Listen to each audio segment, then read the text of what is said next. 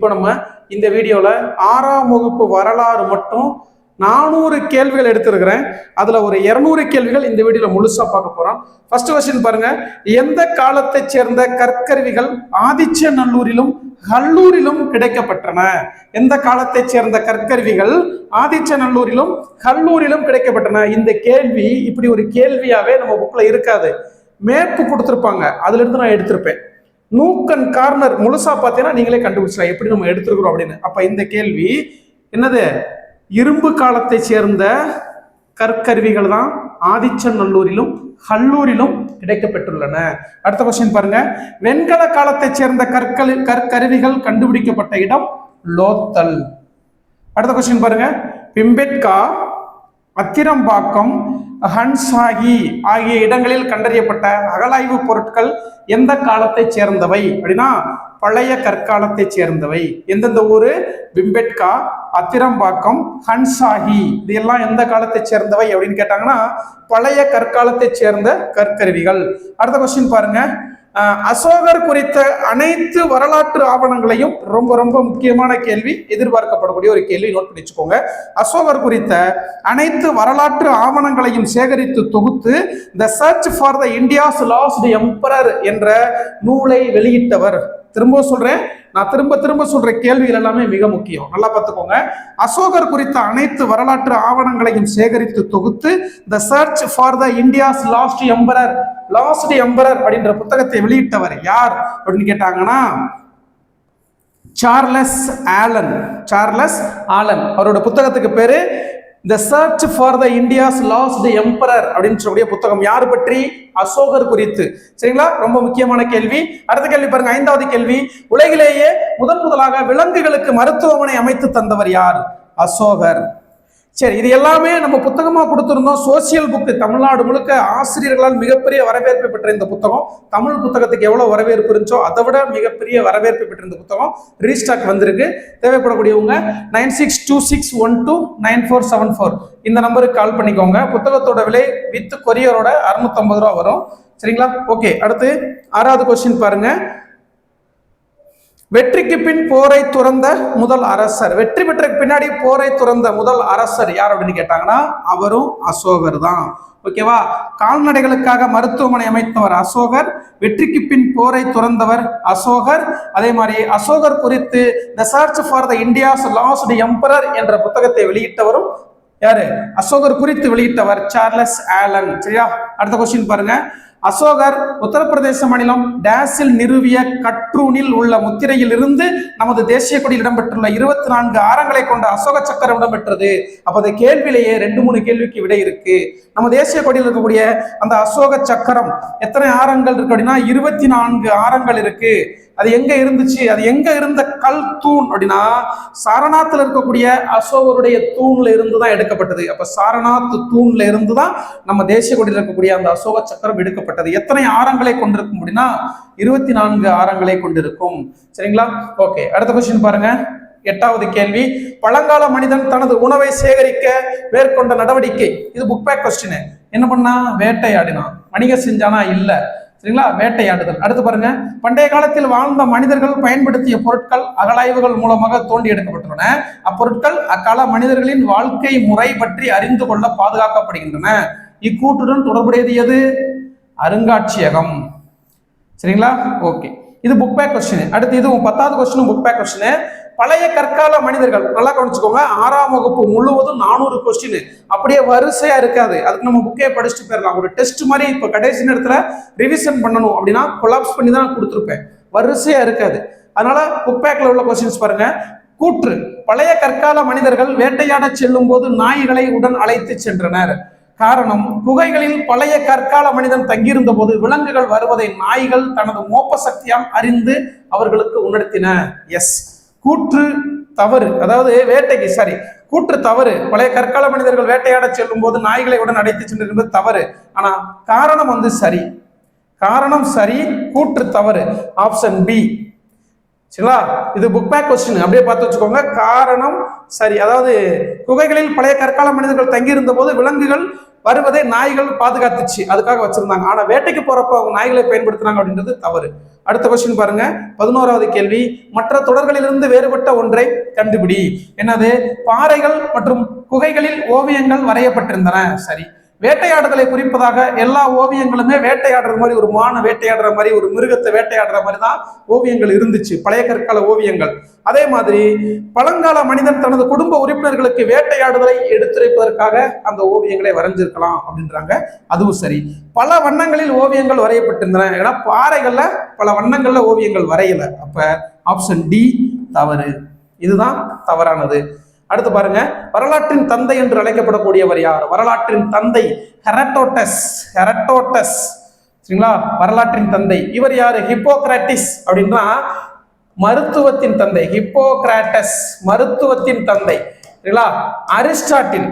Aristotle father of zoology, விலங்கியலின் தந்தை, அரசியலின் தந்தை, father of politics and zoology. யாரு? அரிஸ்டாட்டில். கிரிகர் மெண்டல் மரபியலின் தந்தை. கிரிகர் மெண்டல் யாரு? மரபியலின் தந்தை. அடுத்து பாருங்க, பழைய கற்கால மனிதன் பழக்கிய முதல் விலங்கு எது அப்படின்னு கேட்டாங்கன்னா நாய் தான். அடுத்தது, முதல் நேராக நிமிர்ந்த மனிதன் யாரு? இந்த கேள்வி ரொம்ப முக்கியம், அடிக்கடி கேட்கக்கூடிய ஒரு கேள்வி. முதல் நேராக நிமிர்ந்த, எரெக்ட் அப்படின்னாலே நேராக நிமிர்ந்த அர்த்தம். அப்போ எரெக்டஸ், ஹோமோ எரெக்டஸ். முதல் நேராக நிமிர்ந்த மனிதன் யாரு? ஹோமோ எரெக்டஸ் என்பது சரி. 15வது கேள்வி பாருங்க, குரோமக்னான் மனிதர்கள் டேஸில் உள்ள லாஸ்கோஸ் என்னும் இடத்தில் உள்ள குகைகளில் வாழ்ந்ததற்கான தொல்லியல் சான்றுகள் கிடைத்துள்ளது. அப்ப கேள்வி பாருங்க, குரோமக்னான் மனிதர்கள் எங்க வாழ்ந்தாங்க? பொறுத்துகள்ல கொடுக்கலாம். குரோமக்னான் மனிதர்கள் லாஸ்கோஸ் என்னும் இடத்தில் உள்ள எந்த நாட்டில் அப்படின்னு கேட்டா பிரான்ஸ். அப்ப குரோமக்னான் மனிதர்கள் வாழ்ந்த நாடு, தொடர்புடைய நாடு பிரான்ஸ். சரியா? ஓகே. அடுத்து பாருங்க, ஆந்த்ரோபோஸ் என்பதன் பொருள். ஆந்த்ரோபோஸ் என்பதன் பொருள் மனிதன். அப்ப ஆந்த்ரோபாலஜி அப்படின்னு அர்த்தம் மானுடவியல். மனிதனை பற்றி படிக்கக்கூடிய பிரிவுக்கு பேர் தான் ஆந்த்ரோபாலஜி. அடுத்த கொஸ்டினே இருக்கும். ஆந்த்ரோபோஸ் என்றால் மனிதன் என்பது பொருள். இது பாக்ஸ் கொஸ்டின், ரொம்ப முக்கியம். அடுத்து பாருங்க, ஆந்த்ரோபாலஜி என்பதன் எதை பற்றிய படிப்பு? ஆந்த்ரோபாலஜி என்பது எதை பற்றிய படிப்பு? மானுடவியல். அடுத்த கொஸ்டின் பாருங்க, பீஜிங் மனிதர்கள் வாழ்ந்த இடம். அதாவது சீனா. சீனாவோட தலைநகரம் பீஜிங். சீனாவோட தலைநகரம் பெய்ஜிங். அப்ப பீஜிங் சீனா. பீஜிங் சீனா. பீஜிங் மனிதர்கள் எங்க வாழ்ந்தாங்க? சீனாவில் வாழ்ந்தாங்க. குரோமக்னான் மனிதர்கள் எங்க வாழ்ந்திருக்கிறாங்க? பிரான்ஸ்ல லோவாஸ்கோஸ் அந்த பகுதிகளில் வாழ்ந்திருக்கிறாங்க, குகைகள்ல. அடுத்து ஹோமோசெப்பியன்ஸ் அவர்களுடைய வாழ்விடம் எங்க இருந்து ஆரம்பிக்குதுன்னா ஆப்பிரிக்கா. ஹோமோசெப்பியன்ஸ் நாகரிக மனிதன். அடுத்து பாருங்க, ஹைடல்பர்க் மனிதன். ஹைடல்பர்க் எப்பவுமே லண்டன் காரன் தான் ஹைடல்பர்க் அப்படியே ஹைடெக்கா இருப்பான் அப்படின்னு நான் வச்சுக்கோங்க. ஹைடல்பர்க் அப்படின்னு நமக்கு ஒரு புத்தி இருக்குல்ல, லண்டன் காரனா ஹைடெக் லைஃப்ல இருப்பான் அப்படின்னு சொல்லிட்டு, அது மாதிரி ஹைடல்பர்க் ஹைடெக் லண்டன் அப்படின்னு நாம வச்சுக்கிறோம். அடுத்தது 21வது கேள்வி, தீப்பெட்டியை பயன்படுத்தாமல் நெருப்பை மட்டுமே பயன்படுத்தி இன்னைக்கும் நம்ம தமிழ்நாட்டுல ஒரு பகுதியில மக்கள் வாழ்ந்துகிட்டு இருக்கிறாங்க. தீப்பெட்டியை பயன்படுத்தாமல் நெருப்பை உருவாக்கும் பழக்கம் தமிழ்நாட்டில் எந்த மாவட்டத்தில் உள்ள சில கிராமங்களில் இன்னைக்கும் இருக்கு அப்படின்னா நீலகிரி மாவட்டம்.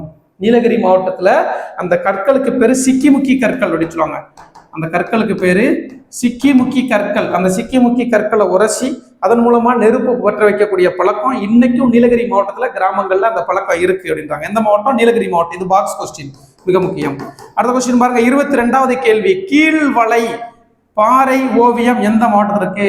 கீழே விழுந்துட்டான். என்ன பண்ணிட்டான்? கீழே விழுந்துட்டான். கீழ் விழுந்துட்டான். கீழ் வளையில விழுந்துட்டான். எங்க? விழுப்புரம். கீழ்வளை எங்க இருக்கு? விழுப்புரம் மாவட்டத்தில் இருக்கு. கீழ்வளை பாறை ஓவியம் அமைந்துள்ள மாவட்டம் விழுப்புரம். அடுத்து பாருங்க, குமுதபதி. குமுதபதி. குமுதபதி எங்க இருக்கு? குமுதபதி கோயம்புத்தூர். குமுதபதி கோயம்புத்தூர். குமுதா கோவை அப்படின்னு வச்சுக்கோ. குமுதா கோவை. அடுத்து பாருங்க, மாவடைப்பு.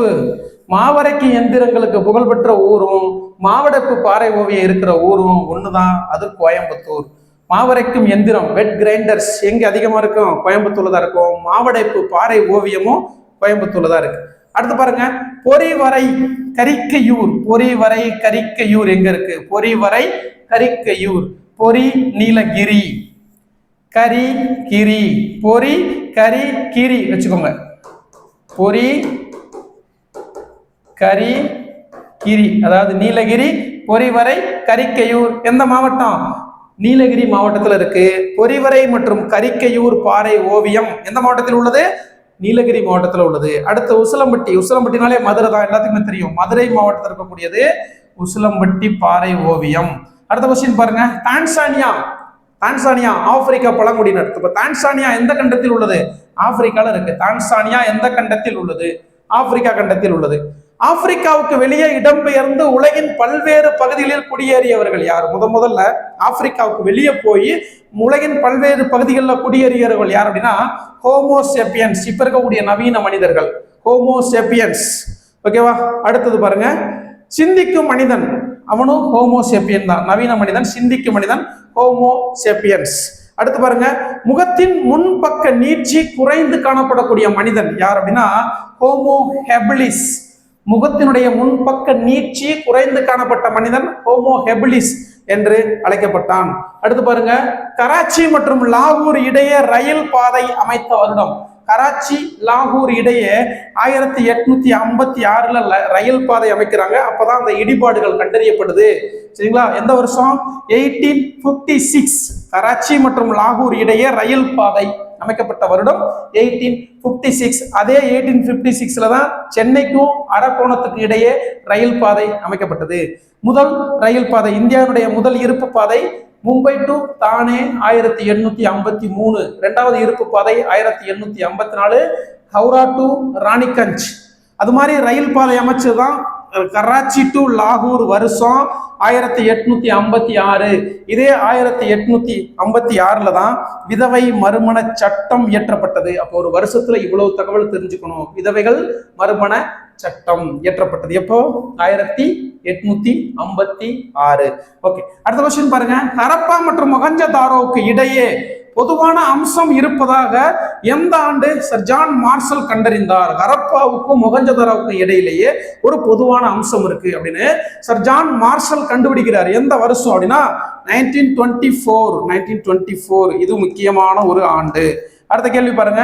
அப்ப இதுல கேள்வி எப்படி கேட்பாங்க? ஹரப்பாவுக்கும் மொஹஞ்சதாரோ அந்த இடத்துக்கு இடையில ஒரு பொதுவான சிறப்பம்சம் இருக்கு அப்படின்னு கண்டுபிடிச்சவர் யார் அப்படின்னு கேட்கலாம். யாரு? Sir John Marshall. எந்த வருஷம்? 1924. அடுத்த கொஸ்டின் பாருங்க. இந்திய தொல்லியல் துறையின் தலைமையிடம் எங்கு அமைந்துள்ளது? Delhi. Archaeological survey of India, ASI அடிச்சுவாங்க. ஆர்கியாலஜிக்கல் சர்வே ஆஃப் இந்தியா இதனுடைய தலைமையிடம் எங்க இருக்கு? புதுடெல்லியில் அமைந்துள்ளது. அடுத்து பாருங்க. இந்திய தொல்லியல் துறை எந்த ஆண்டு அலெக்சாண்டர் கன்னிங்ஹாம் என்பவர் உதவியுடன் தொடங்கப்பட்டது? நல்லா பார்த்துக்கோங்க. எந்த ஆண்டு? அலெக்சாண்டர். அப்ப கேள்வியை பாருங்க. இந்திய தொல்லியல் துறையை உருவாக்கியவர் யார் அப்படின்னு ஒரு கேள்வி கேட்கலாம். யாரு? அலெக்சாண்டர் கன்னிங்ஹாம் என்பவர். எந்த வருஷம்? 1861. நம்ம அப்பதான் பார்த்தோம் 1856ல விதவை மறுமண சட்டம் இயற்றப்பட்டது.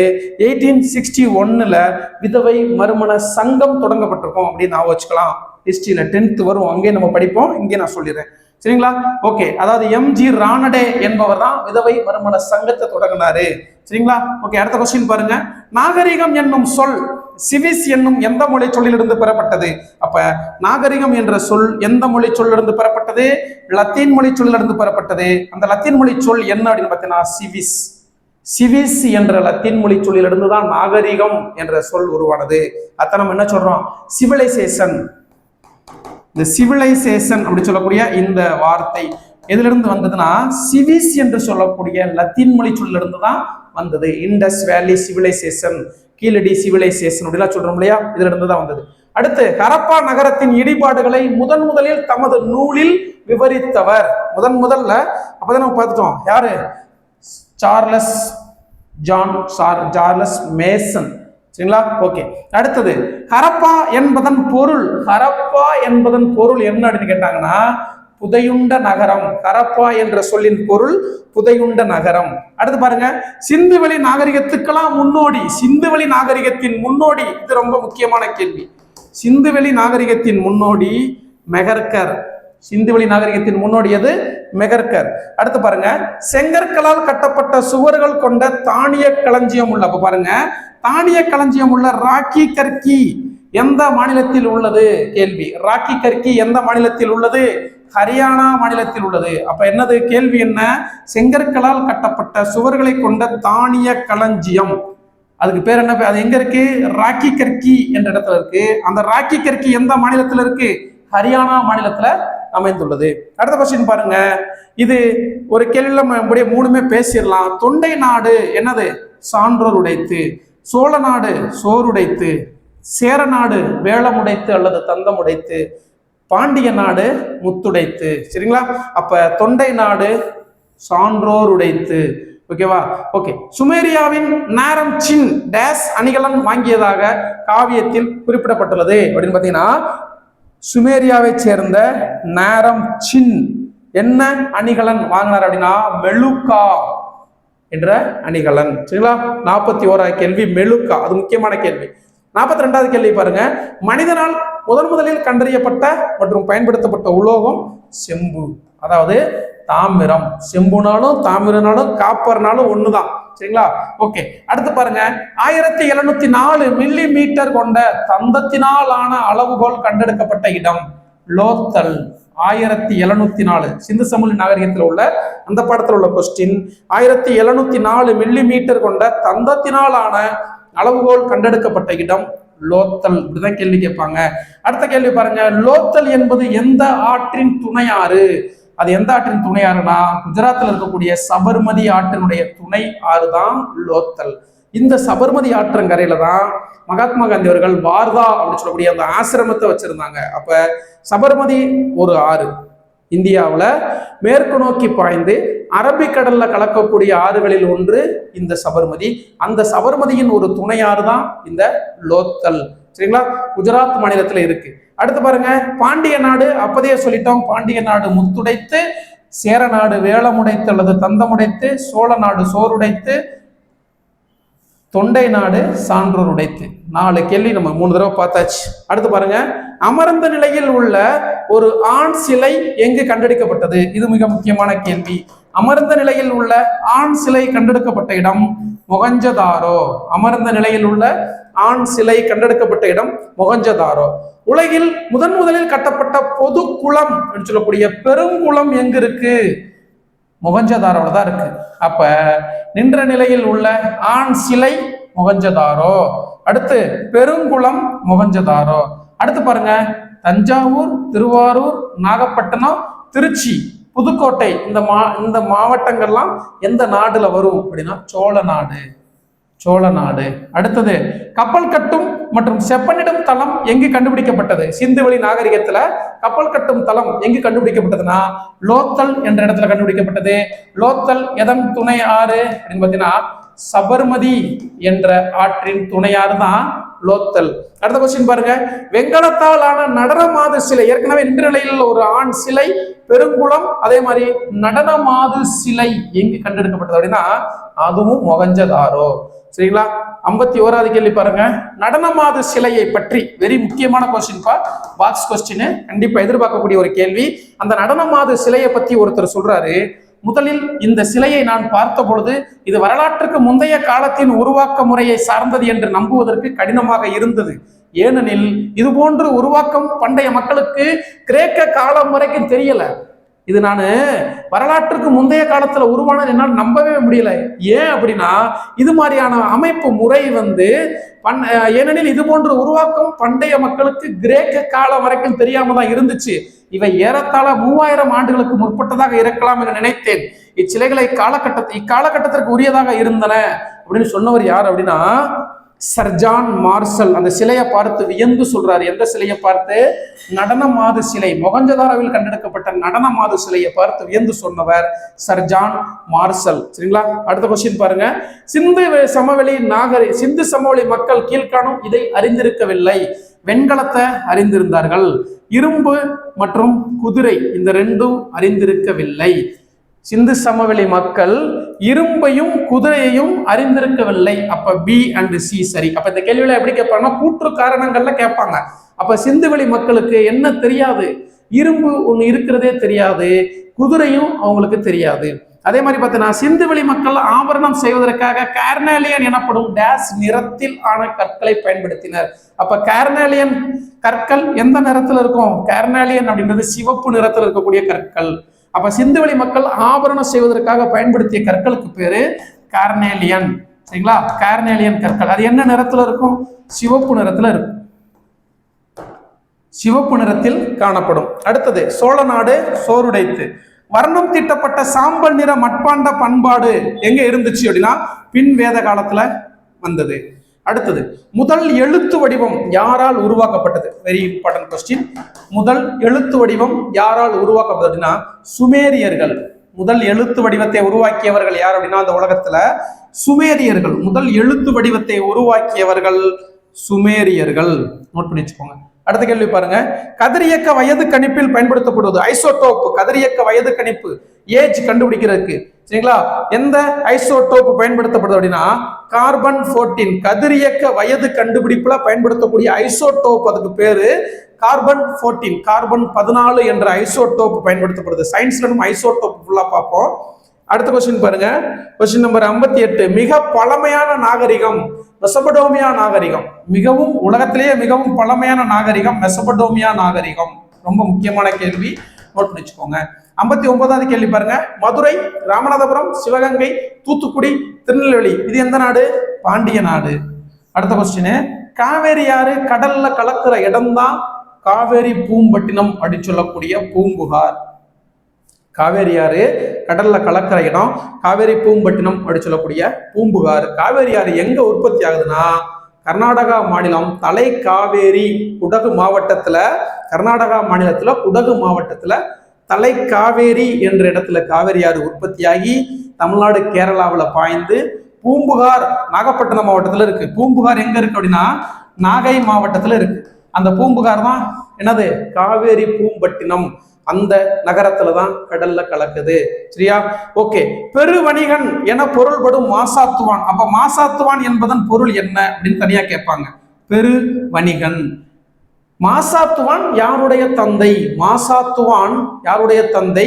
மாசாத்துவான் என்பதன் பொருள் என்ன அப்படின்னா பெருவணிகன் என்று பொருள்படக்கூடிய மாசாத்துவானின் மகன் அல்லது மாசாத்துவான் யாருடைய தந்தை அப்படின்னு கேட்டாங்கன்னா கோவலனின் தந்தை தான் மாசாத்துவான். அடுத்து பாருங்க, வித்தியாசத்தை பாருங்க. பெருங்கடல் வணிகன் என்று பொருள்படும் மாநாய்கன். பெருவணிகன் என்று பொருள்படுவது மாசாத்துவன், பெருங்கடல் வணிகன் என பொருள்படுவது மாநாய்கன்.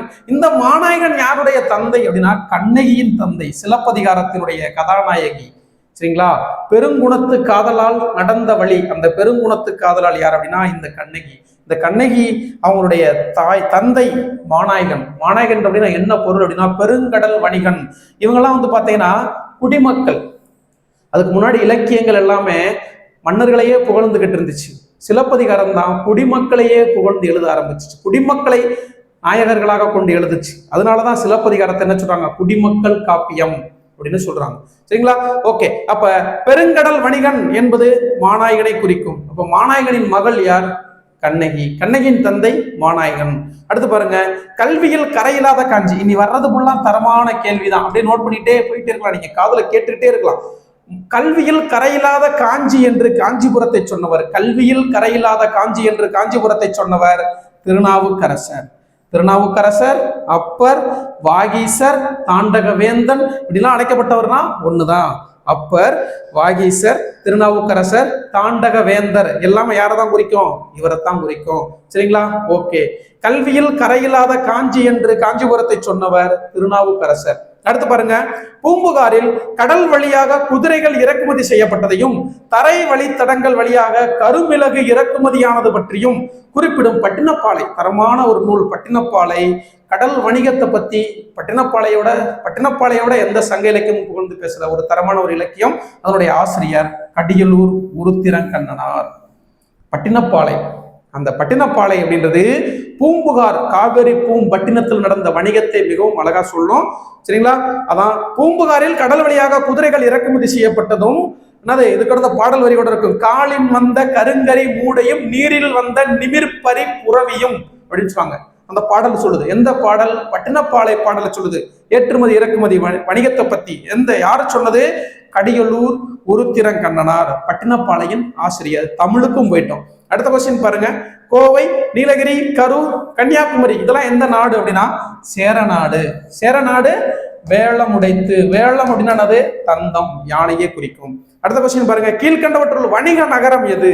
வணிக நகரம் மதுரை. அடுத்தது காஞ்சிபுரம், திருவள்ளூர், தருமபுரி, திருவண்ணாமலை, வேலூர், விழுப்புரம் இது எல்லாமே தொண்டை நாடு. அப்ப இந்த பகுதி எல்லாமே எப்படி இருந்துச்சு? தொண்டை நாடு, சான்றோர் உடைத்து, சான்றோர்கள் வாழ்ந்த ஒரு ஊர். குறிப்பாக காஞ்சிபுரம். உலகத்தில் இருக்கக்கூடிய பெரும் பெரும் அறிஞர்கள் எல்லாம் காஞ்சிபுரத்துல தங்கி கல்வி படிச்சிருக்கிறாங்க. சரிங்களா? ஓகே, அடுத்து பாருங்க. ஏரிகளின் மாவட்டம் என அழைக்கப்படுவது. ஏரிகளின் மாவட்டம் காஞ்சிபுரம். இப்ப செங்கல்பட்டு பகுதி. அடுத்து பாருங்க. பௌத்த துறவியான மணிமேகலை தனது இறுதி காலத்தை எங்கு கழித்தார்? பௌத்த துறவியான மணிமேகலை தன்னுடைய இறுதி காலத்தை இந்த காஞ்சிபுரத்துல தான் கழித்தார்கள். அடுத்த கொஸ்டின் பாருங்க. சேரநாடு வேளமுடைத்து. புத்தகையா தரமான ஒரு கேள்வி, நோட் பண்ணி வச்சுக்கோங்க. கண்டிப்பா எதிர்பார்க்கிற கேள்வி பேப்பர் 1 ஆர் பேப்பர் 2ல. என்ன கேள்வி? புத்தகையா சாஞ்சி போன்ற 7 இந்திய புனித தலங்களுள் காஞ்சியும் ஒன்று அப்படின்னு ஒருத்தர் சொல்றாரு. புத்தகையா சாஞ்சி போன்ற 7 இந்திய புனித தலங்களுள் காஞ்சியும் ஒன்று அப்படின்னு சொன்னவர் நம்ம ஊருக்காரர் இல்ல, சீன பயணி யுவான் சுவாங். சீன பயணி யுவான் சுவாங் சொல்றாரு, புத்தகையா சாஞ்சி போன்ற இந்தியாவில் இருக்கக்கூடிய 7 புனித நகரங்கள்ல காஞ்சிபுரமும் ஒண்ணு அப்படின்னு சொல்றவர் யாரு? யுவான் சுவாங் சொல்றாரு. அடுத்த கொஸ்டின் பாருங்க. கோயில்களின் நகரம், கோவில் நகரம், டெம்பிள் சிட்டி அப்படின்னா மதுரை. கோயில்களின் நகரம், சரியா, சிட்டி ஆஃப் டெம்பிள்ஸ் அப்படின்னா காஞ்சிபுரம். ஓகே, அடுத்த கொஸ்டின் பாருங்க. டேஸ் நாட்டு அரசர், மிக முக்கியம், நோட் பண்ணி வச்சுக்கோங்க. 73வது கேள்வி. டேஸ் நாட்டு அரசர் சாலமன் முத்துக்களை பாண்டியர் துறைமுகமான கொற்கைக்கு அருகில் உள்ள உவரி என்னும் இடத்திலிருந்து இறக்குமதி செய்தார். எந்த நாட்டு அரசர் சாலமன்? இஸ்ரேல் நாட்டு அரசர் சாலமன். சரிங்களா? ரொம்ப முக்கியமான கேள்வி. இஸ்ரேல் நாட்டு அரசர் சாலமன் எங்க இருந்து அவர் முத்துக்களை இறக்குமதி செய்யறார் அப்படின்னா கொற்கைக்கு அருகில் உள்ள உவரி. கொற்கைக்கு அருகில் உள்ள உவரி என்ற ஊர்ல இருந்து முத்துக்களை வாங்குறாரு. சரிங்களா? அடுத்த கொஸ்டின். அதனாலதான் கொற்கை முத்து. கொற்கைனாலே முத்து தான். பாண்டியர்கள்னாலே முத்துடைத்து. பாண்டிய நாடு முத்துடைத்து, கொற்கை முத்து அந்த காலத்துல உலகம் முழுவதும் ஃபேமஸ். அடுத்த கொஸ்டின் பாருங்க. தூங்கா நகரம் என அழைக்கப்படுவது மதுரை. இங்கதான் அல்லங்காடி நாலங்காடி அப்படின்ற ஒரு முறையெல்லாம் இருந்துச்சு. இரவும் பகலும் கடைகள் செயல்படும். இரவுல செயல்படக்கூடிய கடைகளுக்கு பேரு அல்லங்காடி அப்படின்னு பேரு. பகல்ல செயல்படக்கூடிய கடைகளுக்கு பேரு நாலங்காடி. இரவு பகலும் எப்பவுமே முழிச்சுக்கிட்டே இருக்கும். அதனாலதான் மதுரை என்ன சொல்றாங்க? தூங்கா நகரம் அப்படின்னு சொல்றோம். அடுத்த கொஸ்டின் பாருங்க. கீழ்கண்டவற்றுள் துறைமுக நகரம் எது? பூம்புகார், காவேரி பூம்பட்டினம். நகரங்களில் சிறந்தது காஞ்சி. தரமான கேள்வி. நகரங்களில் சிறந்தது காஞ்சி என்று சொன்னவர் காளிதாசர். நகரங்களில் சிறந்தது காஞ்சி என்று சொன்னவர் காளிதாசர். இங்க என்ன பார்த்தோம்? கல்வியில் கரையில்லாத காஞ்சி என்று சொன்னவர் திருநாவுக்கரசர். நல்லா கவனிச்சுக்கோங்க. ஒரு 3 பேர் வருவாங்க, காஞ்சிபுரத்தை பத்தி சொல்லுவாங்க. கல்வியில் கரையில்லாத காஞ்சி என்று சொன்னவர் திருநாவுக்கரசர். சரிங்களா? நகரங்களில் சிறந்தது காஞ்சி என்று சொன்னவர் யாரு? காளிதாசர். அப்படியே வந்தோம்னா சாஞ்சி, புத்தகையா போன்ற 7 நகரங்கள்ல புனித நகரங்கள்ல காஞ்சியும் ஒன்று என்று சொன்னவர் யுவான் சுவாங். அப்ப இந்த 3 பேரை பத்தி தெளிவா தெரிஞ்சுக்கிட்டோம்னா ஒரு கேள்வி கேட்டா அடிச்சு தூக்கிடலாம். அடுத்த கொஸ்டின் பாருங்க. மதுரையை பற்றி அர்த்த சாஸ்திரம். அர்த்த சாஸ்திரத்தினுடைய ஆசிரியர் யார் அப்படின்னா கௌடில்யர் என்று சொல்லக்கூடிய சாணக்கியர். அர்த்த சாஸ்திரத்தினுடைய ஆசிரியர் கௌடில்யர் என்று சொல்லக்கூடிய சாணக்கியர். அந்த சாணக்கியர் மதுரையை பத்தியே அர்த்த சாஸ்திரத்தை சொல்லியிருக்கிறார். அடுத்த கொஸ்டின் பாருங்க. கீழ்கண்டவற்றுள் கல்வி நகரம். கல்வி ஏற்கனவே ஒருத்தர் சொல்லிட்டாரு, கல்வியில் கரையில்லாத காஞ்சி அப்படின்னு, காஞ்சிபுரம். அடுத்தது பாருங்க. தவறான இணையை கண்டறிக. வடமலையில் பிறந்த தங்கம், மேற்கு மலையில சந்தனம், தென் கடல்ல முத்து. அதாவது ஏற்றுமதி இறக்குமதிக்கு கொண்டு வந்த பொருட்கள் அப்படின்னு கொடுத்திருப்பாங்க புக்குக்குள்ள பாடமே. கீழ்கடல்ல இருந்து அகில் அப்படின்னு கொடுத்திருப்பாங்க. ஆனா தொண்டி என்ற பகுதியில இருந்துதான் அகில் கொண்டு வரப்பட்டிருக்கு. தொண்டி வரணும் புக்ல இருக்கிறது, ஆனா இங்க மாத்தி கொடுத்திருக்கிறாங்க. இது புக் பேக் கொஸ்டின். அகில் கீழ்கடல் என்பது தவறு. சரிங்களா? அடுத்து பாருங்க. கைலாசநாதர் ஆலயத்தை கட்டியவர். காஞ்சிபுரம் கைலாசநாதர் ஆலயத்தை கட்டியவர் யார் அப்படின்னு கேட்டாங்கன்னா ராஜசிம்மன். காஞ்சிபுரம் கைலாசநாதர் ஆலயத்தை கட்டியவர் ராஜசிம்மன். அடுத்த கொஸ்டின் பாருங்க. தனது பயண குறிப்புகளில் மதுரையை பற்றி குறிப்பிடக்கூடிய ஒரு கிரேக்க பயணி யார் அப்படின்னு கேட்டாங்கன்னா மெகஸ்தனிஸ். அந்த மெகஸ்தனிஸ் அவருடைய அந்த நூல் தான் இண்டிகா. தனது பயண குறிப்புகள்ல மதுரையை பற்றி சொல்றாரு. ஏற்கனவே அர்த்த சாஸ்திரத்துல சாணக்கியர் மதுரையை பத்தி சொல்றாரு. கௌடில்யர் என்று சொல்லக்கூடிய சாணக்கியர் மதுரையை பத்தி பேசியிருக்கிறாரு. அதே மாதிரி தனது பயண குறிப்புகளில் மதுரையை பற்றி கிரேக்க பயணி மெகஸ்தனிஸ் சொல்றாரு. எந்த நூல்ல? இண்டிகான்ற நூல்ல சொல்றாரு. அடுத்து பாருங்க. அயாஸ் என்பதன் பொருள். அயாஸ் அப்படின்னா செம்பு. மனிதன் முதலில் பயன்படுத்திய உலோகம் செம்பு. அடுத்து சாப்ரிக்வைட் என்பதன் பொருள். சாப்ரிக்வைட் என்பதன் பொருள் புனைப்பெயர். சாப்ரிக்வைட் என்ற சொல்லின் பொருள் புனைப்பெயர். நம்ம இங்கிலீஷ்ல பார்த்தோம். சாப்ரிக்வைட் ஆஃப் பாரத் கோகிலா சரோஜினி நாயுடு. இங்கிலீஷ்ல கொஸ்டின் இருக்கு, டெட்ல கேட்ட கொஸ்டின். சாப்ரிக்வைட் ஆஃப் பாரத் கோகிலா என்று அழைக்கப்பட்டவர் சரோஜினி நாயுடு. சரிங்களா? ஓகே, அடுத்த கொஸ்டின் பாருங்க. மவுட் என்பதன் பொருள் அகழி. மவுட் என்பதன் பொருள் அகழி. அடுத்த கொஸ்டின் பாருங்க. ருத்ரன் என்பது டேஸ். ருத்ரன் அப்படின்னாலே அழிக்கும் கடவுள். ருத்ரன் என்றாலே அழிக்கும் கடவுள். 6500 ஆண்டுகளுக்கும் பழமையான நாகரிகத்தை கொண்ட ஒரு நகரம் தான் ஈராக். அதுதான் மெசபடோமியா நாகரிகம்.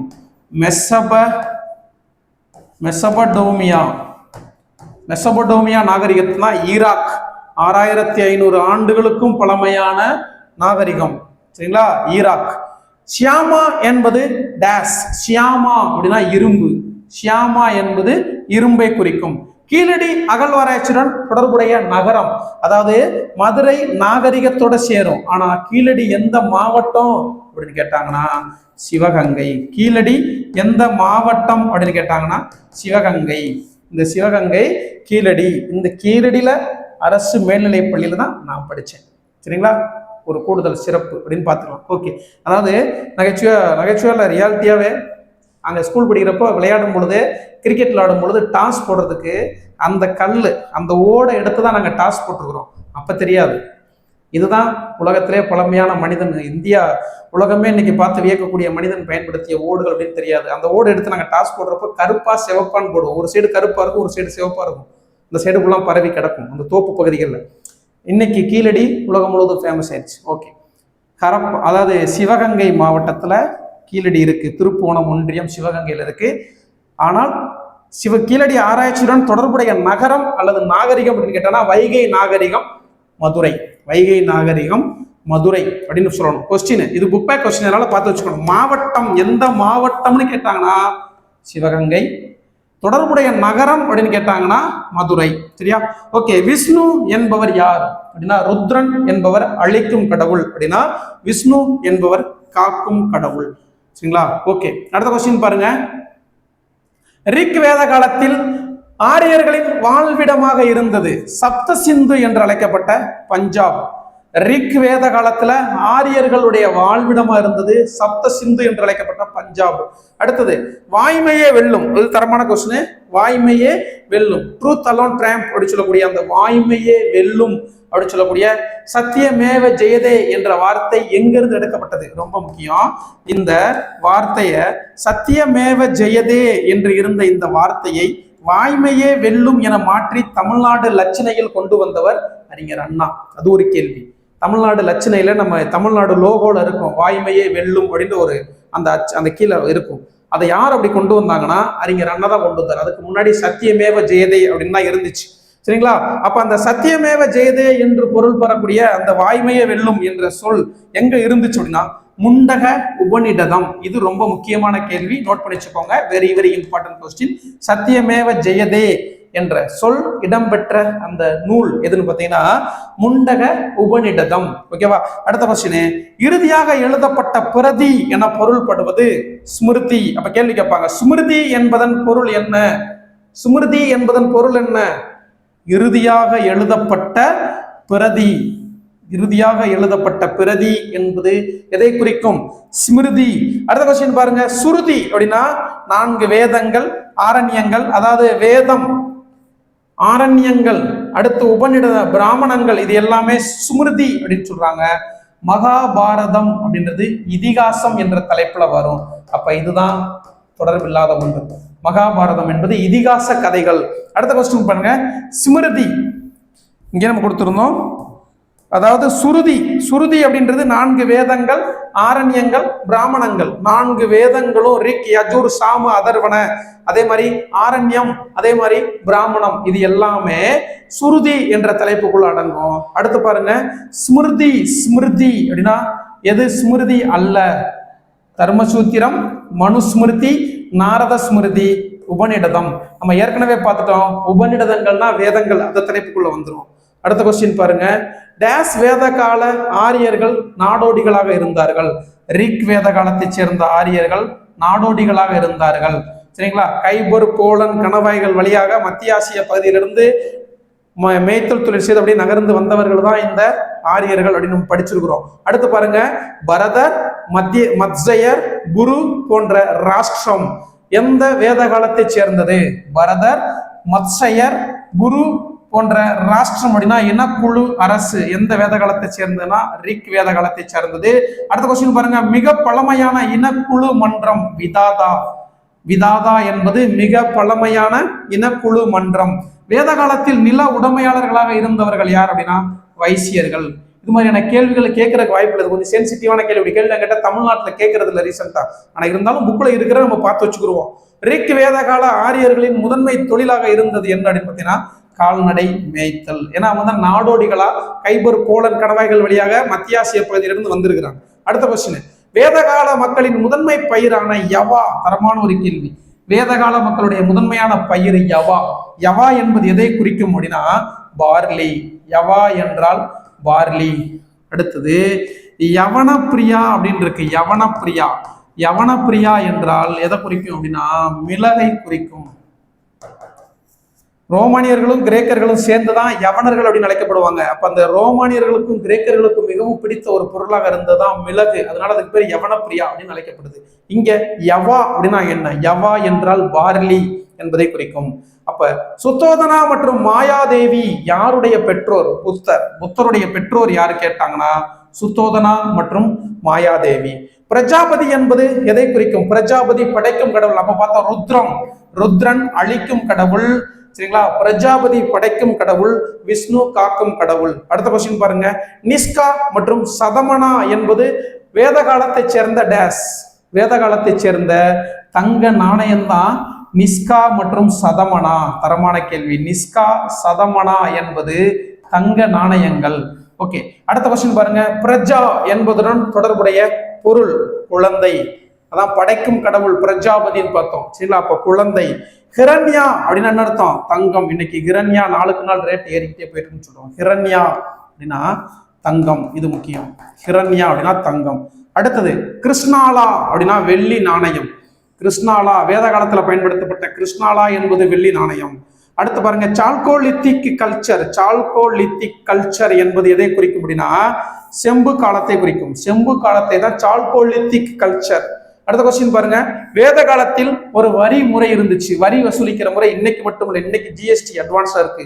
5%, 8-12% அப்படின்னு இருக்கு இல்லையா? அந்த காலத்திலேயே வரி வசூலிருக்கு. இவங்க வேத காலத்திலேயே வரி வசூலிச்சிருக்கிறாங்க.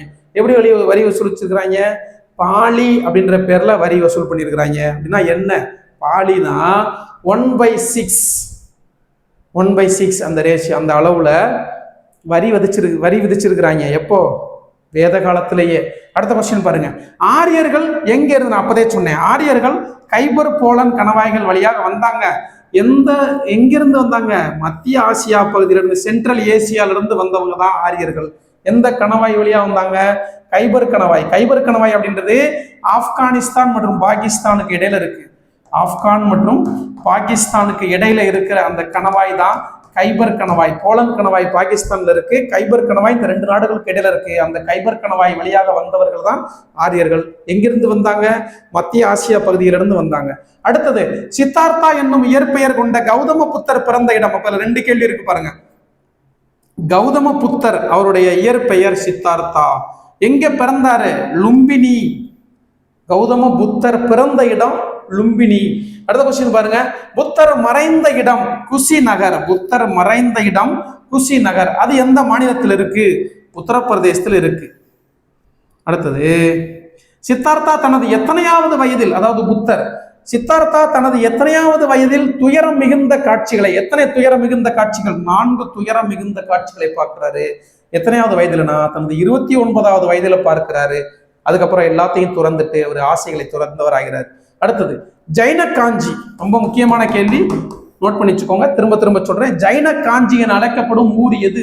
திருப்பருத்தி குன்றம். ஜைன காஞ்சி என அழைக்கப்படும் ஊர் திருப்பருத்தி குன்றம். மிக மிக முக்கியமான கேள்வி, நோட் பண்ணி வச்சுக்கலாம். அடுத்த கொஸ்டின், மணிமேகலை என்பது டேஸ் இலக்கியம்? மணிமேகலை என்பது ஒரு பௌத்த இலக்கியம். மணிமேகலை என்பது ஒரு பௌத்த இலக்கியம்.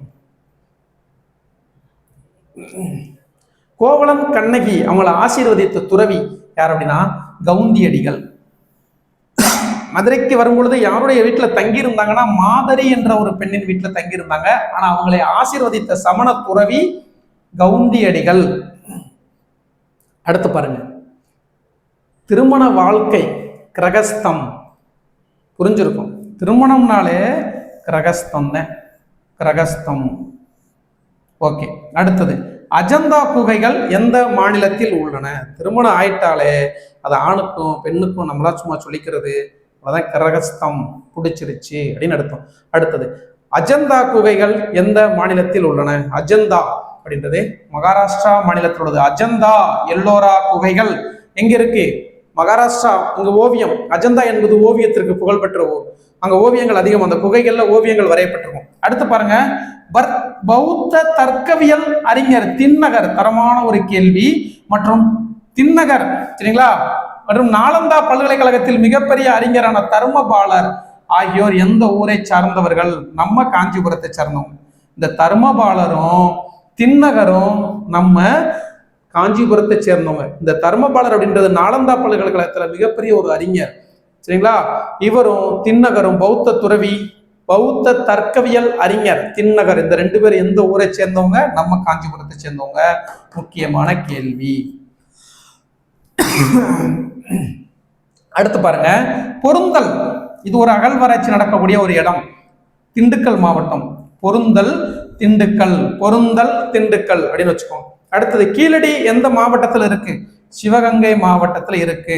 அடுத்த கொஸ்டின், இரும்பு உருவாக்கப்பட்டதற்கான சான்றுகள் கிடைத்துள்ள பையம்பள்ளி அகழ்வாராய்ச்சி. பையம்பள்ளி வேலூர் மாவட்டம். பையம்பள்ளி வேலூர் மாவட்டம். பையம்பள்ளி வேலூர், பையம்பள்ளி வேலூர், பையம்பள்ளி வேலூர். வேலை வந்து வேல் இருக்குன்னா அதை பைய கொண்டு போனீங்கன்னா யார் மேலே குத்திரும் அப்படின்னு வச்சுக்கோங்க. பையம்பள்ளி வேலூர் மாவட்டம். ஓகே. அடுத்த கொஸ்டின் பாருங்க, 1810 என்ற நூலில் இடம்பெற்றுள்ள கொடுமணல். கொடுமணல் எந்த ஊரு? ரோடு பூரா வெறும் மணலா கிடக்குப்பா, ஈரோடு. ரோடு பூரா வெறும் மணலா கிடக்கு, என்ன கொடுமை? ரோடு பூரா மணல், கொடுமணல், ஈரோடு. ரோடு தார் இருந்தாதே நல்லா போறதுக்கு நல்லா இருக்கும், மணலா கிடந்துச்சுன்னா கஷ்டமா, என்ன கொடுமை? அப்ப கொடுமணல் ஈரோடுல, ஈரோடு கொடுமணல் நான் வச்சுக்கோங்க, கொடுமணல் ஈரோடு.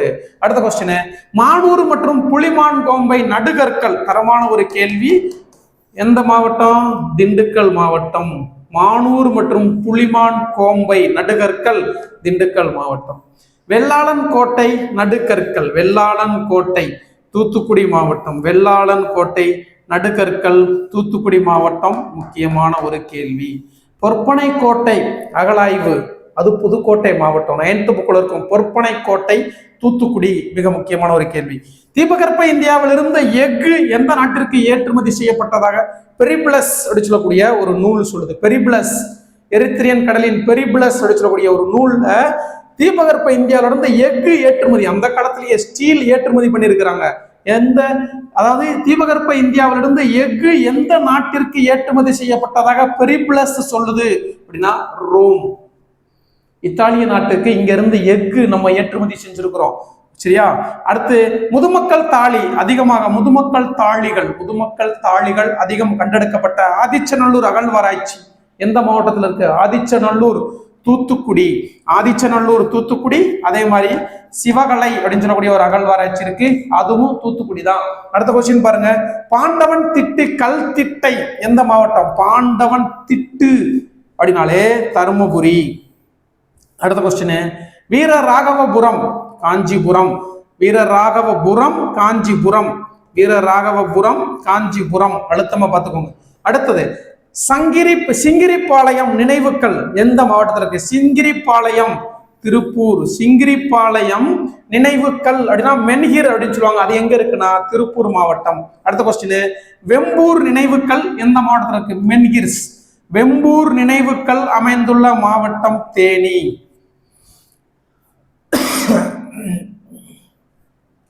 கீழ்கண்டவற்றில் எந்த ஏறு வரிசை ரிக்வேத சமூகத்தை பொறுத்த மட்டில் சரியானது? ஏறு வரிசையில குலா, கிராமா, விஸ், ஜனா, ராஷ்டிரம். குலா, அடுத்து கிராமா, அடுத்து விஸ், அடுத்து ஜனா, அடுத்து ராஷ்டிரம். இந்த ராஷ்டிரம் அப்படின்ற வார்த்தை இன்னைக்கும் பயன்படுத்திக்கிட்டு இருக்கிறோம். ராஷ்டிரபதி பவன், குடியரசுத் தலைவர் மாளிகைக்கு பேரு ராஷ்டிரபதி பவன். இன்னைக்கும் அந்த ராஷ்டிரம் அப்படின்றதா உச்சபட்சமா இருக்கு. இன்னைக்கு நம்ம பயன்படுத்திக்கிட்டு இருக்கிறோம். அடுத்து பாருங்க, கொழு முனைகள், கொழு அதாவது உளவு கருவி, கொழு முனைகள், அரிசி நிரப்பப்பட்ட பானை, கதிர் அறுக்கும் அரிவாள், ஈட்டி ஆகிய தொல்பொருட்கள் ஒரு இடத்துல கிடைச்சிருக்கு. எங்கன்னா பொருந்தல், திண்டுக்கல் மாவட்டம். பொருந்தல் திண்டுக்கல், கொடுமணல் ஈரோடு, ஆதிச்சநல்லூர் தூத்துக்குடி, கீழடி சிவகங்கை. பொருந்தல் என்ன ஒரு திண்டுக்கல். திண்டுக்கல். ஓகேவா? அடுத்த கொஸ்டின், குமால மருத்துப்பட்டி கல்திட்டை. குமால மருத்துப்பட்டி கல்திட்டை எந்த மாவட்டம்? திண்டுக்கல் மாவட்டம். அடுத்த கொஸ்டின், மகாவீரர் மறைந்த பவபுரி அப்படின்னு, மகாவீரர் மறைந்த இடம் பவபுரி, அது எங்க இருக்குன்னா பீகார் மாநிலத்துல இருக்கு. அடுத்தது சாக்கிய முனி, தரமான கேள்வி, நோட் பண்ணி வச்சுக்கோங்க. சாக்கிய முனி என்று அழைக்கப்பட்டவர் புத்தர், சித்தார்த்தர். சமண சமயத்துல மொத்தம் 24 தீர்த்தங்கரர்கள் இருந்தாங்க. அதுல 24வது தீர்த்தங்கரர் தான் மகாவீரர். அப்ப முதல் தீர்த்தங்கரர் யார் அப்படின்னா ரிஷபதேவர் அப்படின்னு சொல்லக்கூடியவர். சரிங்களா? ரிஷபர். நரசிங்கம்பட்டி கல்திட்டை, நரசிங்கம்பட்டி மதுரை மாவட்டத்துல இருக்கு. நரசிங்கம்பட்டி மதுரை மாவட்டம். அடுத்தது குமரிக்கல் பாளையம் கொடுமணல். கொடுமணல்னாலே நம்ம சொல்லிட்டோம், கொடுமணல் ஈரோடு, ரோடு ஃபுல்லா மணல், அப்ப ஈரோடு. அதே மாதிரி குமரிக்கல் பாளையம் மற்றும் கொடுமணல் ரெண்டும் எங்க இருக்கு? ஈரோடுல இருக்கு. அடுத்த கொஸ்டின் பாருங்க, வேதகால சமூகம் தொடர்பான கீழே கொடுக்கப்பட்டுள்ள கூற்றுகளில் எது தவறானது? வேதகால சமூகம், ஒரு கைம்பெண் மறுமணம் செய்து கொள்ளலாம். கூற்றுல தவறானது சொல்றாங்க. அந்த காலத்துல, வேத காலத்துல இருந்திருக்கு. குழந்தை திருமணம் வழக்கத்தில் இருந்தது இல்ல அப்படின்றாங்க. இது மட்டும்தான் தவறு. தந்தையின் சொத்துக்களை மகன் மரபுரிமையாக பெற்றான், அப்படிதான் வந்திருக்குது. உடன்கட்டை ஏறுதல் அந்த காலத்துல தெரியாது. வேத காலத்துல ஆரம்பத்துல உடன்கட்டை ஏறுதல் தெரியாது, பின்னால்தான் வந்திருக்குது. சதி என்று சொல்லக்கூடிய உடன்கட்டை ஏறுதல். இந்த சதி என்று சொல்லக்கூடிய உடன்கட்டை ஏறுதல், இதை ஒழித்தவர் யார் அப்படின்னா வில்லியம் பெண்டிங். நம்ம 10th படிப்போம். வில்லியம் பெண்டிங் பிரபு. வில்லியம் பெண்டிங் ஒழித்தவர், சதியை ஒழித்தவர், அப்படியே பெண்ட் பண்ணிட்டார். வில்லியம் பெண்டிங் பெண்ட் பண்ணி உடைச்சிட்டார். அதுக்கு காரணமாக உதவியவர் யாருன்னா ராஜாராம் மோகன் ராய். சரியா? அடுத்தது திரிபீடகங்கள் மற்றும் ஜாதகங்கள் என்பவை ஒரு பௌத்த நூல்கள். திரிபீடகங்கள், சுத்த பீடகம், அபிதம பீடகம், வினய பீடகம் சொல்லக்கூடிய திரிபீடகங்கள் மற்றும் ஜாதகங்கள் எதை குறித்தனா பௌத்த நூல்கள். அடுத்தது 2017ஆம் ஆண்டு கீழடி தொல்லியல் பொருட்களை கதிரியக்க வயது கணிப்பு செய்த புளோரிடா மாகாணத்துல கதிரியக்க வயது கணிப்பு செஞ்சாங்க. கதிரியக்க வயது கணிப்பு செய்யக்கூடிய ஐசோடோப்புக்கு பேரு கார்பன் 14 C14 டெஸ்ட் அப்படின்னு சொல்லுவோம். இதை எங்க மேற்கொண்டாங்க? கீழடி குறித்த அகழ்வாராய்ச்சியை எங்க மேற்கொண்டாங்க அப்படின்னா அமெரிக்காவில் இருக்கக்கூடிய புளோரிடா மாகாணம். அமெரிக்காவில் இருக்கக்கூடிய புளோரிடா மாகாணத்துல மேற்கொள்ளப்பட்டது. அடுத்து பாருங்க, அபரிக்கிரகம் என்பதன் பொருள். அபரிக்கிரகம் என்பதன் பொருள் என்ன? பணம், பொருள், சொத்துக்கள் மீது ஆசை கொள்ளாமை. அடுத்தவன் பொருளை அபகரிக்காம இருக்கிறதா அபரிக்கிரகம் அப்படின்னு ஞாபகம் வச்சுக்கிறோம். எதுக்கு நம்ம அடுத்த பொருள் ஆசைப்படுவோம்? பணத்துக்கு, பொருளுக்கு, சொத்துக்கள் மீது தான் ஆசைப்படுவோம்.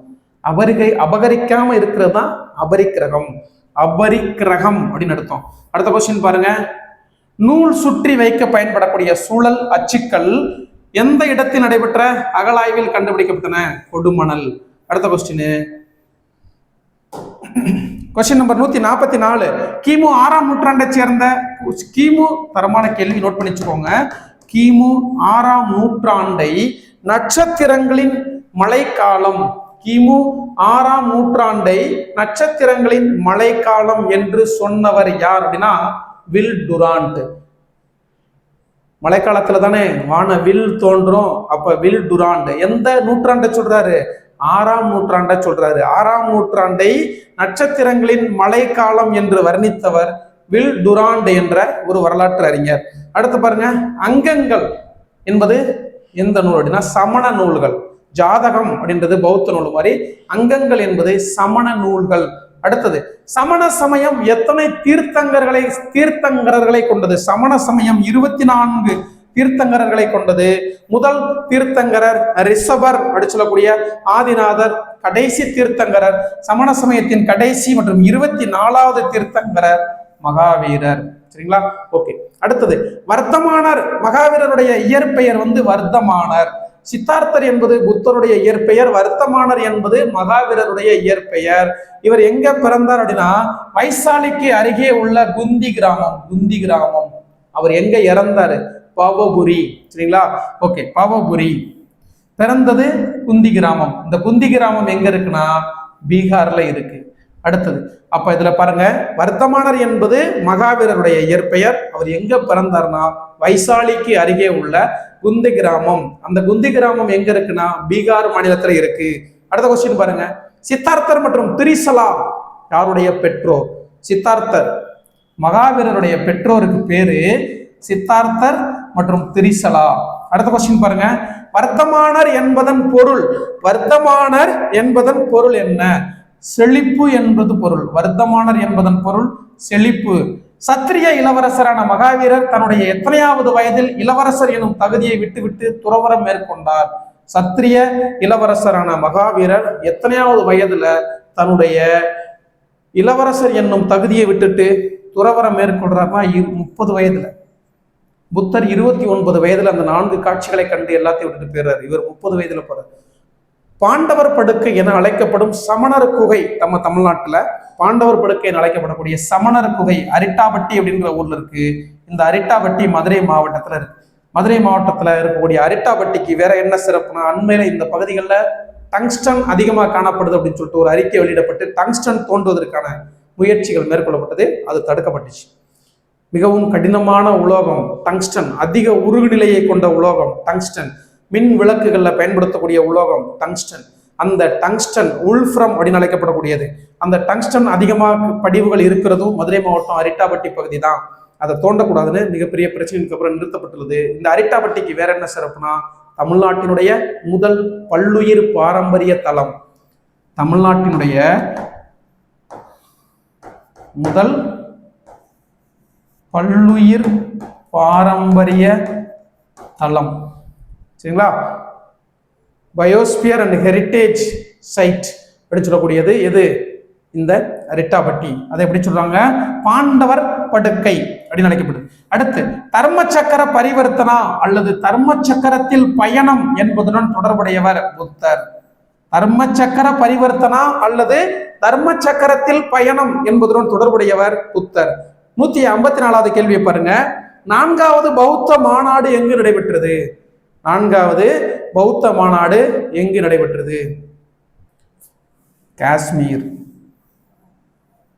ஃபர்ஸ்ட் ராஜகிரகம், 2வது வைசாலி, 3வது பாடலிபுத்திரம், 4வது காஷ்மீர். அப்படி அந்த ஆர்டர் தெரிஞ்சுக்கோங்க. ஃபர்ஸ்ட் ராஜகிரகம், அடுத்தது வைசாலி, பாடலிபுத்திரம், காஷ்மீர். 4 பௌத்த மாநாடுகள் நடைபெற்ற இடங்கள். இதையும் கேட்கலாம், வரிசைப்படுத்த சொல்லியும் கேட்கலாம். அடுத்தது, அஸ்தேயம் என்பதன் பொருள். 155வது கேள்வி, திருடாமை. அஸ்தேயம் என்பதன் பொருள் திருடாமை. எத்தனை வருட தவத்திற்கு பிறகு மகாவீரர் கைவல்யம் என்ற ஒரு நிலையை அடைந்தார்? தரமான ஒரு கேள்வி. எத்தனை வருட தவத்திற்கு பிறகு மகாவீரர் கைவல்யம் என்ற ஒரு நிலையை அடைந்தார் அப்படின்னா 12 வருடம், 12.5 வருடம் தவத்திற்கு பிறகு கைவல்யம் என்ற ஒரு நிலையை அடைந்தார் மகாவீரர். அடுத்து பாருங்க, தன்னையும் வெளி உலகத்தையும் வெல்வது என்று பொருள் பெறக்கூடிய ஜினா. ஜினா அப்படின்னா என்ன அர்த்தம் அப்படின்னா, தன்னையும் வெளி உலகத்தையும் வெல்வது என்று பொருள். ஜினா என்பதன் பொருள் என்ன அப்படி கேள்வி கேட்பாங்க.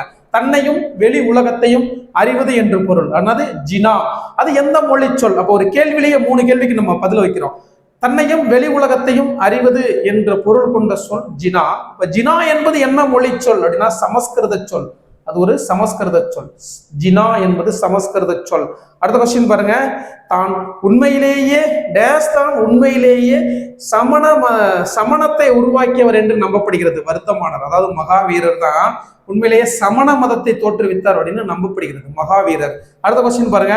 மகாவீரரின் போதனைகளை ஆகம சித்தாந்தம் என்ற பெயரில் தொகுத்த மகாவீரரின் தலைமை சீடர். அப்ப இது முக்கியமான கேள்வி, நோட் பண்ணி வச்சுக்கோங்க. Paper 1 and 2.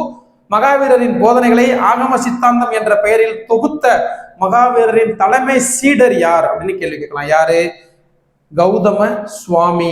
கௌதம சுவாமி என்பவர் தான் மகாவீரருடைய போதனைகளை என்ன பெயர்ல தொகுக்கிறார் அப்படின்னா ஆகம சித்தாந்தம் என்ற பெயரில் தொகுத்தார். அவர் யாரு? மகாவீரருடைய தலைமை சீடர். அடுத்த கொஸ்டின் பாருங்க. கர்மாவிலிருந்து விடுதலை பெறுவதற்கும் மோட்ச நிலையை அடைவதற்கும் மகாவீரர் எத்தனை வழிகளை சொல்றார் அப்படின்னு பாத்தீங்கன்னா 3 வழிகள். நீங்க ஸ்கூல் புக்கை எடுத்து என்ன படிக்கிறீங்களோ அத்தனை இதுல இருக்கும். நீங்க படிக்கிறது அத்தனை இதுல இருக்கும். இது அத்தனை இந்த புத்தகத்துல இருக்கும். புத்தகம் தேவைப்படக்கூடியவங்க வாங்கிக்கலாம். அதாவது செகண்டரி கிரேடு எக்ஸாம் டிஆர்பி படிக்கிறவங்களுக்கும் டெட்டு பேப்பர் ஆர்ட்ஸ் மேஜர்காரங்களுக்கும் இந்த புத்தகம் ஒரு பொக்கிஷம் மாதிரி யூஸ் ஆகும். 6300 கொஸ்டின் கொடுத்துருக்கிறேன். என்ன கேள்வி கேட்டாலும் இது கொடுத்தா இருக்கும். அத்தனையுமே நானே எடுத்ததுதான்.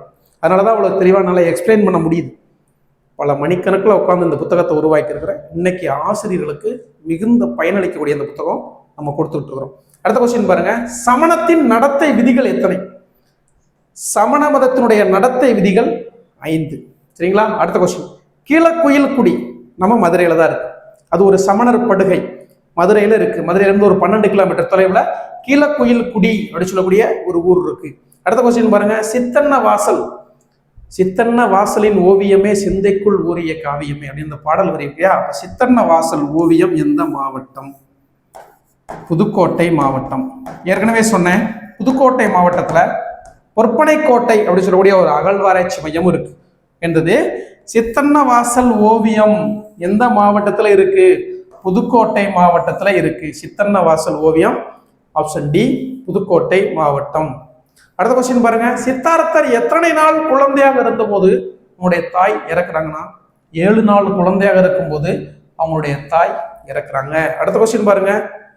சித்தார்த்தரை எடுத்து வளர்க்குறாங்க அவங்களுடைய சிற்றன்னை, அவங்க தான் கௌதமி.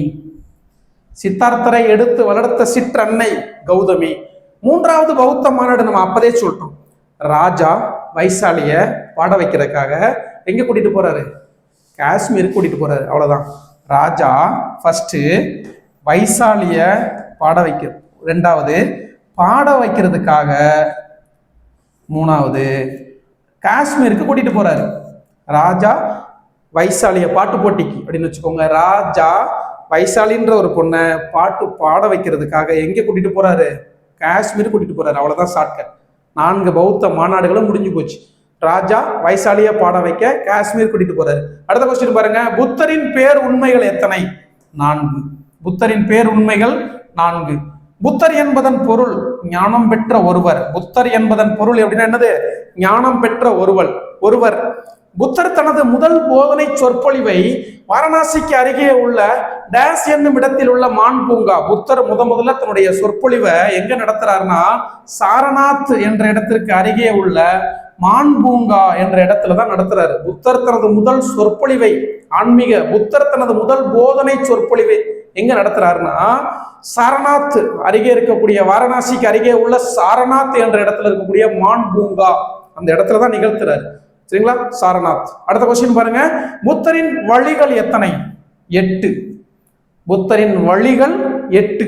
அடுத்தது மகாயானம் பிரிவினர் அவருடைய மொழி சமஸ்கிருதம். மகாயான பிரிவினருடைய மொழி சமஸ்கிருதம். முக்கியமான கேள்வி. அடுத்த கொஸ்டின் பாருங்க. சீத்தலை சாத்தனார் இயற்றிய மணிமேகலையில் எந்த நகரம் விரிவாக விவரிக்கப்பட்டுள்ளது? காஞ்சிபுரம். மணிமேகலை அந்த நூலை எழுதியவர் சீத்தலை சாத்தனார். சரிங்களா? ஓகே. அடிகள் நீரே அருளுக அப்படின்னு இளங்கோவடிகள் கிட்ட சொன்னவர். தமிழுக்கு போனோம் அப்படின்னா நாட்டுதும் யாமோர் பாட்டுடை செய்யுள் அப்படின்னு இளங்கோவடிகள் சொல்றாரு. அதுக்கு சீத்தலை சாத்தனார் சொல்றாரு அடிகள் நீரே அருளுக அப்படின்னு சொல்றாரு. அடிகள் நீரே அருளுகன்னு யார சொன்னா? சீத்தலை சாத்தனார் சொல்றாரு. நாட்டுதும் யாமோர் பாட்டுடை செய்யுள், அதுதான் கண்ணகி கோவலன் வரலாற்றான சிலப்பதிகாரத்தை இளங்கோவடிகள் எழுதுறது. சீத்தலை சாத்தனார் மணிமேகலை எழுதுறாரு. இந்த மணிமேகலை நூல்ல அதிகமா காஞ்சிபுரம் போற்றப்படுது. அடுத்த கொஸ்டின் பாருங்க. ஜொராஸ்ட்ரியனிசம் எங்கு தோன்றியதுன்னா பாரசீகம். ஜொராஸ்ட்ரியம் முடிச்சுவாங்க, ஜொராஸ்ட்ரர்கள், பாரசீகம்.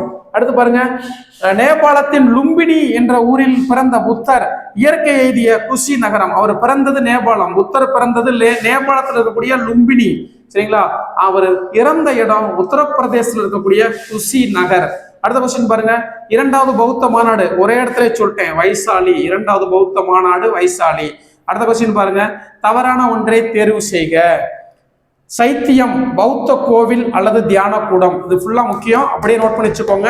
சைத்தியம் பௌத்த கோவில் அல்லது தியான கூடம். விகாரை அப்படின்னா மடாலயங்கள் அல்லது புத்த துறவிகள் வாழும் இடம். சரி. ஸ்தூபி அப்படின்னா, ஸ்தூபி அப்படின்றது புத்தருடைய உடல் உறுப்புகளினுடைய எஞ்சிய பாகங்கள் மீது கட்டப்பட்டதுக்கு பேர் தான் ஸ்தூபியா. சாஞ்சி சாரநாத் ஸ்தூபி அப்படின்னு, சாஞ்சி அங்க சாரநாத் அங்க ஒரு ஸ்தூபி இருக்கு. அது போலாம் பார்த்தீங்கன்னா புத்தருடைய இறந்த பாகங்களை கொண்டு கட்டப்பட்டது. என்னது? ஸ்தூபி. அது சரி. பிட்சுக்கள் என்பது சமண துறவின்னு கொடுத்துருக்குறோம். பிட்சு அப்படின்னா புத்த துறவிகளை தான் பிட்சுக்கள். இலங்கையில் இன்னைக்கு இருக்கிறாங்களா புத்த பிட்சுக்கள், அவங்க சொல்றதா அங்க ஆட்சி முறையே அப்படின்னு சொல்றாங்க. இலங்கையில புத்த பிட்சுக்கள் தான், சமண துறவிகள் பிட்சுக்கள் கிடையாது. அப்ப டி தான் தவறு. அடுத்த கொஸ்டின் பாருங்க. பொருந்தாத ஒன்றை தேர்வு செய்க. பார்சவநாதர், மகாவீரர், ரிஷபதேவர், புத்தர். இவர் மட்டும் தவறு. புத்தர் பௌத்தம். புத்தர் பௌத்தம். இவங்க 3 பேரும் சமணத்தை சேர்ந்தவர்கள். அதாவது குறிப்பா இவங்க 3 பேரும் தீர்த்தங்கரர்கள். 24 தீர்த்தங்கரர்கள்ல ஒருத்தவங்க.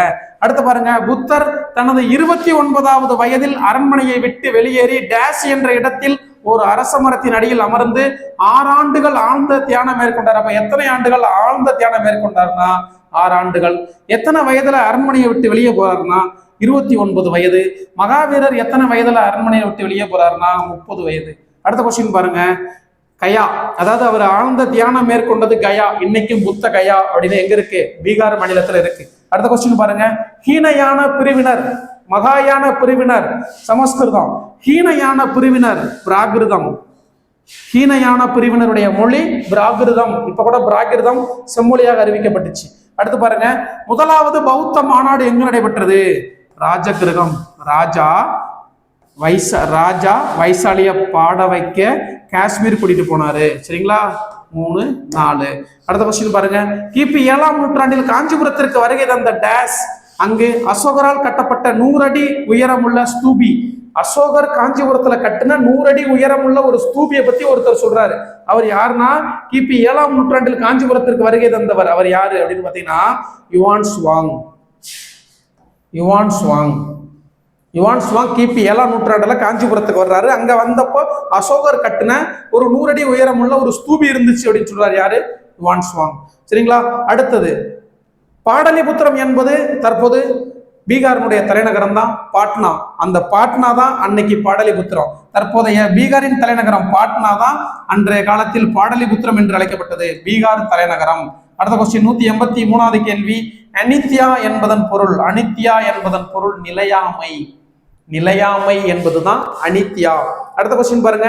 நந்த வம்சத்தை தோற்றுவித்தவர். நந்த வம்சத்தை தோற்றுவித்தவர் மகாபத்மநந்தர்.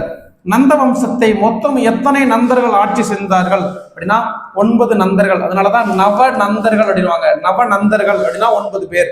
சரிங்களா? புத்தரின் சமகாலத்தை சேர்ந்தவர் தான் அஜாத சத்ரு. புத்தரின் சமகாலத்தை சேர்ந்தவர் அஜாத சத்ரு. அடுத்து கன்ஃபூசியனிசம்.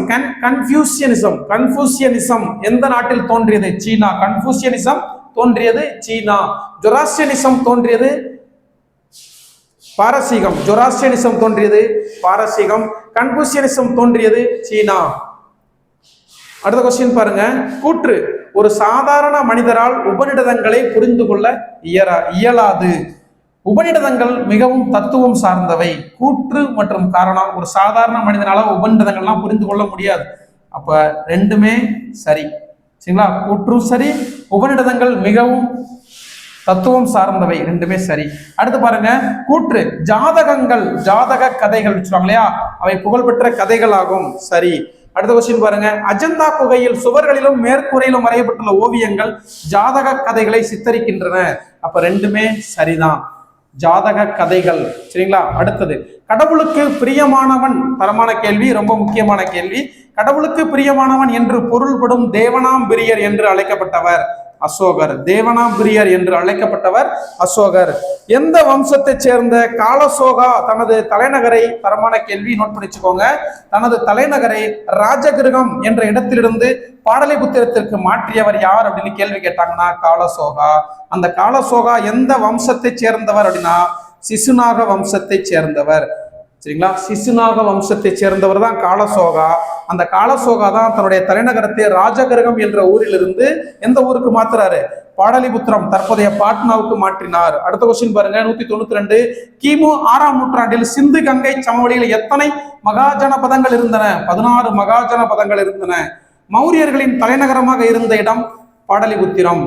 ஏன்னா ராஜகிரகத்திலிருந்து காலசோகா என்ன பண்ணிட்டாரு? பாடலிபுத்திரத்துக்கு மாத்திட்டாரு. மௌரியர்களுக்கும் தலைநகரமா இருந்தது பாடலிபுத்திரம் தான். பாடலிபுத்திரம் தான் தற்போதைய பாட்னா. அடுத்த கொஸ்டின் பாருங்க, முதலில் பேரரசாக உருவான மகாஜனபதம்.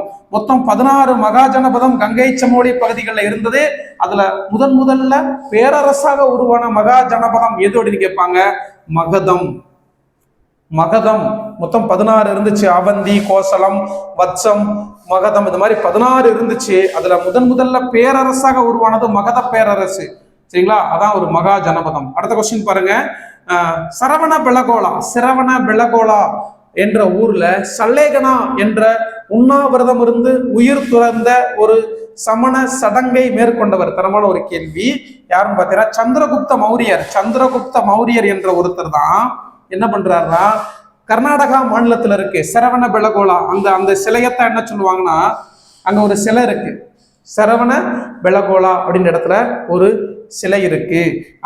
அந்த ஊர்ல ஒரு உண்ணா நிலை இருக்கிறாரு. அந்த சிலை தான் பாகுபலி சிலைன்னு சொல்லுவாங்க. பாகுபலி சிலை, சரவண பெலகோலா பாகுபலி சிலை எங்க இருக்குன்னா கர்நாடகா மாநிலத்துல இருக்கு. அந்த கர்நாடகா மாநிலத்துல சரவண பெலகோலான்ற ஒரு ஊருக்கு வந்து தெற்க வந்து ஒருத்தர் உண்ணா நோன்பு இருந்து உயிர் துறக்கிறாரு. அந்த உண்ணா நோன்புக்கு பேரு சல்லேகனா என்ற உண்ணா நோன்பிருந்து உயிர் துறந்தவர் யார் அப்படின்னு கேள்வி கேட்டாங்கன்னா யார சொல்லணும்? சந்திரகுப்த மௌரியர். சல்லேகனா என்ற உண்ணா நோன்பு இருந்து உயிர் நீத்தவர் சந்திரகுப்த மௌரியர். எந்த ஊர்ல அப்படின்னு கேட்டாங்கன்னா கர்நாடக மாநிலம் சரவண பெலகோலா. அந்த சரவண பெலகோலால தான் என்ன சிலை இருக்கு? பாகுபலி சிலை இருக்கு.